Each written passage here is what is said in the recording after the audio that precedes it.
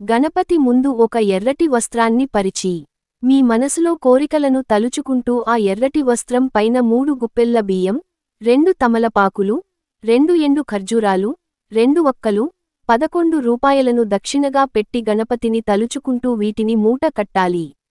ఈ ముడుపుకు చాలా శక్తి ఉంటుంది. ఈ ముడుపును వినాయకుని ముందే ఉంచాలి.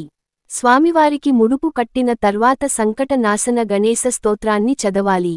ఈ స్తోత్రాన్ని చదవలేని వారు ఓం గం గణపతయే నమః అనే మంత్రాన్ని 21 చదవండి. ముడుపును స్వామి ముందే పెట్టి హారతి ఇచ్చి ఒక కొబ్బరికాయను పగలగొట్టండి.